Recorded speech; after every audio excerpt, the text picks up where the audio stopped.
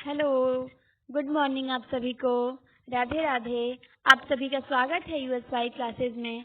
तो हम लोग देख रहे थे टीजीटी 2005 का प्रीवियस ईयर पेपर। ठीक, इसका पार्ट 1 यूट्यूब पे अपलोड कर दिया गया है, आप लोग वहां से देख लीजिएगा। ये है पार्ट 2। ठीक, पार्ट 2 में हम लोग कितने प्रश्नों को देखेंगे? 60 प्रश्नों को देखेंगे। पार्ट 1 में हम लोगों ने 65 प्रश्न देखे हैं। टोटल 125 प्रश्न का पेपर था। ठीक, पेपर रहता है। तो 2005 का पार्ट 1 अपलोड कर दिया गया है। ये पार्ट 2 है previous year paper TGT Hindi का। तो अब हम आते हैं 66 नंबर से हमें देखना था। 65 तक हम लोग देख चुके थे। ये सब क्या हुआ, हम लोग देख चुके थे। हम लोग कहाँ से देखेंगे? तो 66 नंबर से देखेंगे। चलिए, तो 66 नंबर से देखते हैं। 66 नंबर का हमारा प्रश्न ये है कि कामायनी को छायावाद का उपनिषद किसने कहा है। हमारा प्रश्न ये है कि कामायनी को छायावाद का उपनिषद किसने कहा है। तो कामायनी को छायावाद का उपनिषद शांति प्रिय द्विवेदी ने कहा है। किसने कहा है? तो शांति प्रिय द्विवेदी ने कहा है। ये ध्यान देना है। ठीक, चलिए अब हम आते हैं 67 नंबर के प्रश्न पे। 67 नंबर का हमारा प्रश्न ये है कि हिंदी साहित्य विमर्श, ये इतिहास ग्रंथ है हिंदी साहित्य विमर्श, इसके लेखक कौन है? तो इसके लेखक पदोमलाल पुन्नालाल बख्शी हैं। ध्यान देना है। अगले प्रश्न पे आते हैं हम 68 नंबर के।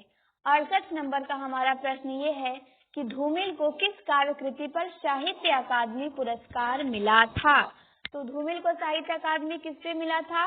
तो कल सुनना मुझे पे मिला था। यहाँ गलत दिया है। ठीक, धूमिल को साहित्य अकादमी मिला था कल सुनना मुझे, उनका काव्य है, उसी पे मिला था। चलिए अब हम आते हैं 69 नंबर पे। 69 नंबर का है प्रश्न हमारा कि निठल्ले की डायरी नामक हास्य व्यंग निबंध संग्रह के लेखक कौन हैं। तो निठल्ले की डायरी हास्य व्यंग निबंध संग्रह के लेखक हरिशंकर परसाई हैं। ध्यान देना है। कौन है? तो हरिशंकर परसाई हैं। चलिए आगे आते हैं 70 नंबर पे। 70 नंबर का हमारा प्रश्न ये है कि कौन सा नाटक प्रसाद द्वारा रचित नहीं है। तो कौन सा नाटक प्रसाद का नहीं है? तो करबला नहीं है। क्यों? क्योंकि स्कंदगुप्त है, ये है, चंद्रगुप्त है, ये है, ध्रुव स्वामिनी है, ये है। ठीक, क्या नहीं है? तो करबला नहीं है। ये ध्यान देना है। करबला प्रेमचंद का है। अगले प्रश्न पे आते हैं 71 नंबर का। 71 नंबर का प्रश्न हमारा ये है कि प्रगतिशील लेखक संघ के प्रथम अधिवेशन की अध्यक्षता किसने की थी। तो सभी को पता है कि प्रगतिशील लेखक संघ के प्रथम अधिवेशन की अध्यक्षता प्रेमचंद ने किया था। ठीक, चलिए अगला प्रश्न हमारा ये है 72 नंबर का कि छायावाद शब्द का सर्वप्रथम प्रयोग किस आलोचक ने किया है। तो छायावाद शब्द का सर्वप्रथम प्रयोग मुकुटधर पांडे ने किया है। किसने किया है? तो मुकुटधर पांडे ने किया है। ध्यान देना है। अब आते हैं 73 नंबर के प्रश्न पे। 73 नंबर का प्रश्न ये है कि केशव कहीं न जाए का कहिए। ये पंक्ति है, किसकी पंक्ति है?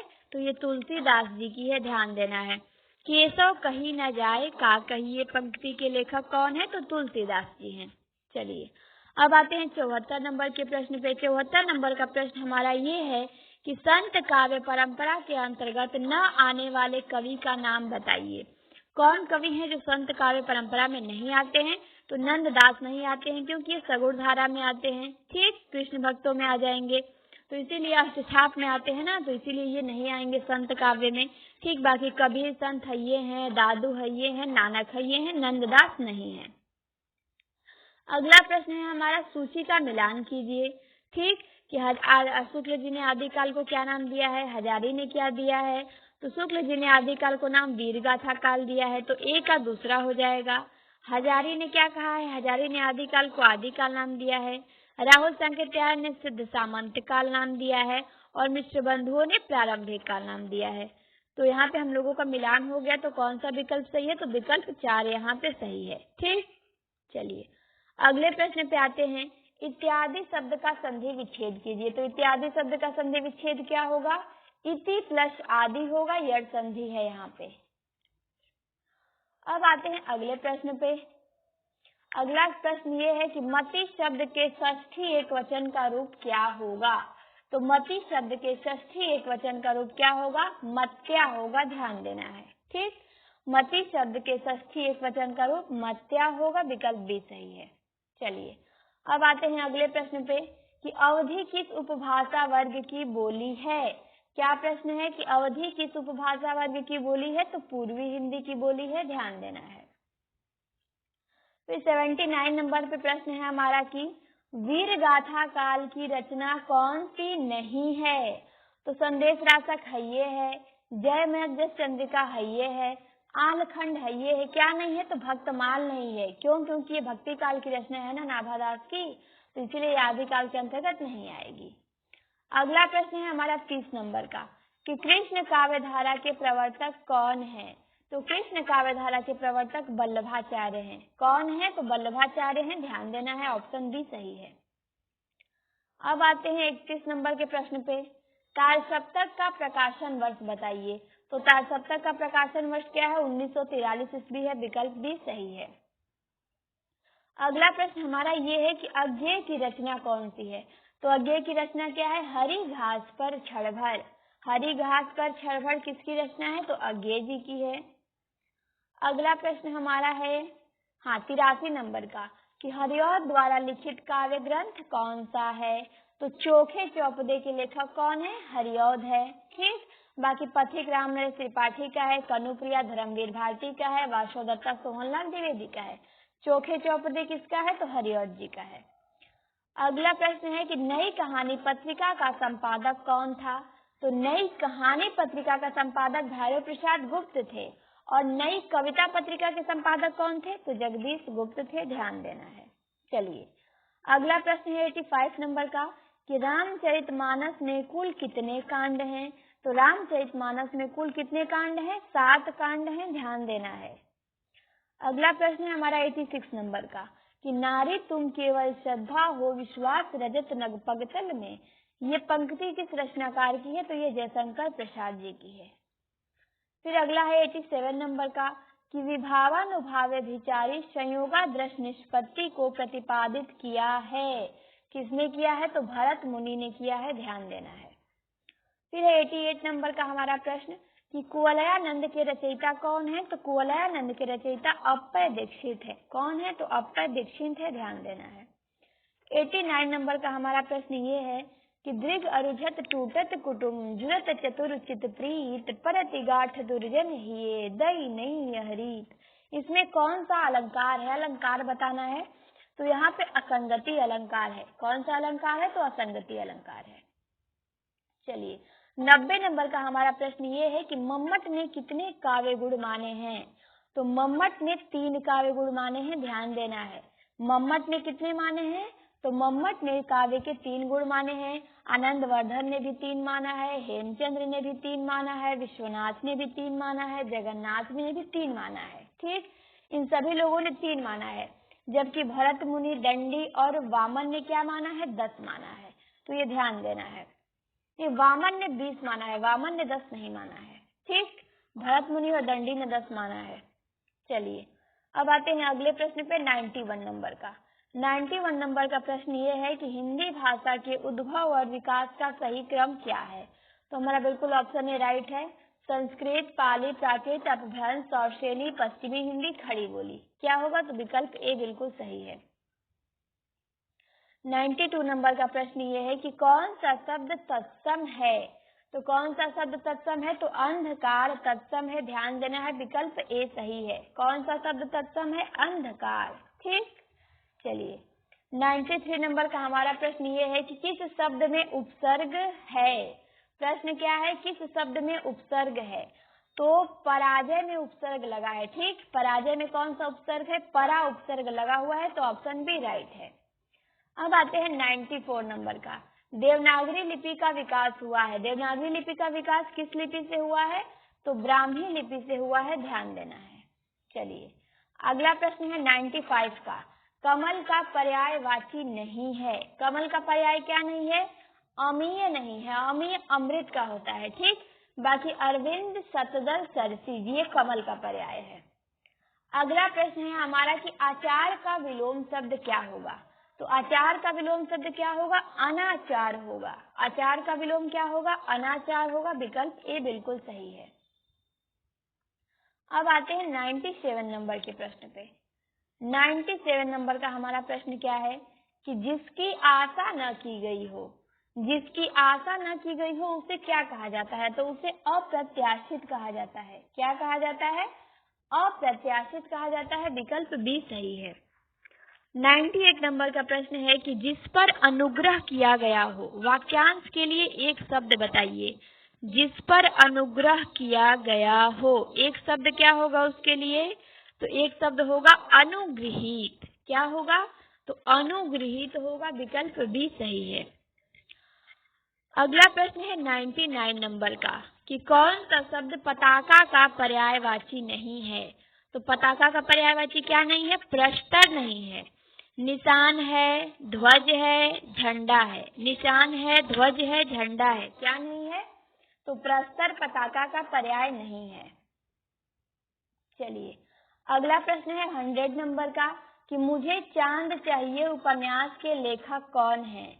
तो मुझे चांद चाहिए उपन्यास के लेखक सुरेंद्र वर्मा है। कौन है? सुरेंद्र वर्मा ने लिखा है। अब है 101 नंबर का प्रश्न कि टोपी शुक्ला के लेखक कौन है? तो राही मासूम रजा का उपन्यास है टोपी शुक्ला। तो ध्यान देना है, टोपी शुक्ला है, आधा गांव है, ओस की बूंद है, सीन 75 है। ठीक, सब राही मासूम रजा के उपन्यास हैं। 102 नंबर का प्रश्न ये है कि अरुण यह मधुमय देश हमारा, ये गीत प्रसाद जी की किस कृति में है? अरुण यह मधुमय देश हमारा, तो ये चंद्रगुप्त नाटक से लिया गया है। कार्नेलिया गाती है अरुण यह मधुमय देश हमारा। अब आते हैं 103 नंबर के प्रश्न पे। 103 नंबर का हमारा प्रश्न ये है कि कवित्त रत्नाकर के रचनाकार कौन है? तो कवित्त रत्नाकर सेनापति की रचना है ना, 5 अध्यायों में बटी हुई है। ये 5 अध्याय या तरंग है इसमें। तो सेनापति ने 2 ही रचना लिखा है, एक काव्य कल्पद्रुम लिखा है, एक कवित्त रत्नाकर लिखा है। ठीक, तो किसकी है? सेनापति की है। चलिए अब आते हैं 104 पे। अष्टछाप के प्रमुख कवि नंददास किसके शिष्य थे? तो अष्टछाप के प्रमुख कवि नंददास विट्ठल नाथ के शिष्य थे। किसके शिष्य थे? तो विट्ठल नाथ जी के थे। 105 नंबर का प्रश्न ये है कि कबीरवाड़ी के डिक्टेटर थे। कबीरवाड़ी के डिक्टेटर थे, यह कथन किसका है? तो ये कथन हजारी प्रसाद द्विवेदी का है। ध्यान देना है। 106 नंबर का प्रश्न है अभिनय जयदेव की उपाधि से किसे विभूषित किया गया है? तो विद्यापति को किया गया है। किसे किया गया है? तो विद्यापति को। ध्यान देना है। अगला प्रश्न हमारा है 107 नंबर का कि मुक्त छंद के प्रणेता कौन है? तो मुक्त छंद के प्रणेता निराला जी हैं। कौन है? तो निराला जी हैं। ध्यान देना है। 108 नंबर का हमारा प्रश्न ये है कि कौन सा कथन असत्य है? ठीक, तो डी वाला कथन क्या है? चौथे नंबर का असत्य है। बताया गया है कि पंत भारतेंदु युग के कवि हैं, तो ये गलत है ना, पंत जी क्षयवाद युग के हैं, तो इसीलिए ऑप्शन 4 क्या है? असंगत है। अब आते हैं 109 नंबर पे। 109 नंबर का प्रश्न ये है कि राम शब्द का तृतीय द्विवचन रूप क्या होगा? तो राम शब्द का तृतीय द्विवचन रूप रामाभ्याम होगा। क्या होगा? तो रामाभ्याम होगा। विकल्प ए सही है। ध्यान देना है। अगला प्रश्न ये है कि महाकवि कालिदास किस अलंकार के लिए प्रसिद्ध हैं? तो कालिदास उपमा अलंकार के लिए जाने जाते हैं। किस अलंकार के लिए? तो उपमा के लिए। ध्यान देना है। 111 नंबर का प्रश्न है कि सूरदास किस उपन्यास का पात्र है? तो सूरदास रंगभूमि का पात्र है। किस उपन्यास का है? तो रंगभूमि का। ये भी ध्यान देना है। 112 नंबर का प्रश्न मिलान करना है। तो बिसल देव रासो किसका है? नरपति नाल का है। पृथ्वीराज रासो चंद्रबरदाई का है। परमाल रासो जगनिक का है और खुमार रासो दलपति विजय का है। तो कौन सा विकल्प सही हो जाएगा? विकल्प 2 क्या हो जाएगा? सही हो जाएगा। चलिए अब आते हैं हम अगले प्रश्न पे। अगला प्रश्न हमारा 113 नंबर का है कि राम वृक्ष बेनीपुरी द्वारा लिखित गेहूं और गुलाब में गुलाब किसका प्रतीक है? ये ध्यान देना है, बहुत महत्वपूर्ण है, क्योंकि ये कुकुरमुत्ता में भी गुलाब है। ठीक, तो वहां भी पूछता है किसका प्रतीक है, और यहाँ गेहूं और गुलाब में गुलाब किसका प्रतीक है? तो गेहूं और गुलाब में गुलाब क्या है? संस्कृति का प्रतीक है। ठीक, गेहूं और गुलाब में गुलाब किसका प्रतीक है? तो संस्कृति का प्रतीक है। ये ध्यान देना है। कला और संस्कृति का प्रतीक है। विकल्प 2 सही हो जाएगा। पूंजीवाद का बहुत लोग लगा देते हैं, पूंजीवाद का नहीं है। ठीक, गेहूं और गुलाब में गेहूं भूख का प्रतीक है और गुलाब कला और संस्कृति का प्रतीक है। तो ऑप्शन बी राइट हो जाएगा। 114 नंबर का हमारा प्रश्न ये है कि जिस छंद के प्रथम तथा तृतीय चरण में 12-12 मात्राएं एवं द्वितीय तथा चतुर्थ चरण में 7-7 मात्राएं होती हैं, साथ ही में सम चरणों के अंत में जगड़ होता है, वह छंद कौन सा है? तो वो बरवे छंद है। कौन सा छंद है? तो बरवे छंद है, ध्यान देना है। 115 नंबर का प्रश्न ये है कि हानुष नाटक के रचनाकार कौन है? तो हानुष नाटक भीष्म साहनी का है। 116 नंबर का है कि आदि काल के लिए बीज वपन काल नाम किसने दिया? तो महावीर प्रसाद द्विवेदी ने दिया है। अगला प्रश्न है कि संसद से सड़क तक के रचनाकार कौन है? तो सुदामा पांडे धूमिल हैं। अगला प्रश्न है कि शिवा बावनी के रचनाकार कौन है? तो शिवा बावनी के रचनाकार भूषण हैं। अगला प्रश्न है कि कौन कथाकार नहीं है? तो कृष्णा सोबती हैये हैं, ममता कालिया हैये हैं, मृणाल पांडे भी हैं। कौन नहीं है? निर्मला जैन नहीं है। ये ध्यान दें, इन्होंने कहानियां नहीं लिखी है, ये कथाकार नहीं है। ठीक, बाकी कृष्णा, ममता, मृणाल हो जाएंगी, लेकिन निर्मला जैन नहीं है, ध्यान देना है। अब आते हैं 120 नंबर पे। 120 नंबर का प्रश्न ये है कि त्रिवेणी में किन 3 महान कवियों की समीक्षा की गई है? तो त्रिवेणी में जायसी, सूर, तुलसी की समीक्षा की गई है। किसकी की गई है? तो जायसी, सूर और तुलसी तीनों कवियों की समीक्षा की गई है, ये ध्यान देना है। अगला प्रश्न है हमारा 121 नंबर का कि गद्य पद्यमय मिश्रित काव्य को क्या कहते हैं? तो गद्य पद्यमय मिश्रित काव्य को चंपू काव्य कहते हैं। क्या कहते हैं? चंपू काव्य कहते हैं, इसे ध्यान देंगे। ऑप्शन सी राइट है। 122 नंबर का प्रश्न है कि राजा निर्बंसिया कहानी के लेखक कौन है? राजा निर्बंसिया कहानी है, किसकी कहानी है? तो कमलेश्वर की कहानी है, ध्यान देना है। राजा निर्बंसिया कहानी के लेखक कमलेश्वर हैं। अब आते हैं 123 नंबर पे। जो निर्वेद है, पूछा गया है कि ये किस रस का स्थायी भाव है? निर्वेद। तो निर्वेद किसका स्थायी भाव है? निर्वेद स्थायी भाव है शांत रस का। किसका? तो शांत रस का स्थायी भाव है निर्वेद, ये ध्यान देना है। चलिए अब आते हैं 124 नंबर पे। 124 नंबर का प्रश्न ये है कि जगत शब्द का चतुर्थी विभक्ति एक वचन का रूप क्या होगा? जगत शब्द का चतुर्थी विभक्ति एक वचन का रूप क्या है? तो जगते होगा। क्या होगा? तो जगते होगा। चलिए अगला हमारा लास्ट प्रश्न है 125 नंबर का कि कलई खुलना मुहावरे का सही अर्थ क्या है? कलई खुलना मुहावरे का सही अर्थ, तो कलई खुलना मुहावरे का सही अर्थ है भेद प्रकट करना। क्या होगा? तो भेद प्रकट करना हो जाएगा, ये आप सभी को ध्यान देना है। कलई खुलना मुहावरे का अर्थ क्या है? भेद प्रकट करना। ऑप्शन सी बिल्कुल राइट है। तो हमारे यहाँ पे 125 प्रश्न कंप्लीट हो गए। हमने टीजीटी 2005 का पेपर क्या किया? पूरा देख लिया। टीजीटी 2005 का पेपर हमने समाप्त कर लिया। अब हम देखेंगे अगले वीडियो में टीजीटी 2010 का पेपर, ठीक? क्योंकि 2005 के बाद सीधा पेपर कब हुआ था? 2010 में हुआ था। तो टीजीटी 5 का देख लिया, अब हम देखेंगे टीजीटी 2010 का, ठीक? तो ये पार्ट 2 है, इसका पार्ट 1 आप लोगों को यूट्यूब पे मिलेगा। तो हम मिलते हैं आप सभी से नेक्स्ट वीडियो में। आप सभी को वीडियो देखने के लिए बहुत बहुत धन्यवाद। अच्छा लगे तो लाइक शेयर कमेंट जरूर करिएगा और हिंदी विषय से तैयारी करने के लिए आप चैनल को सब्सक्राइब जरूर कर लीजिएगा जो लोग नए होंगे, और सभी के यहाँ शेयर जरूर करिएगा, ठीक? शेयर नहीं करेंगे तो लोगों के यहाँ पहुंचेगा नहीं वीडियो।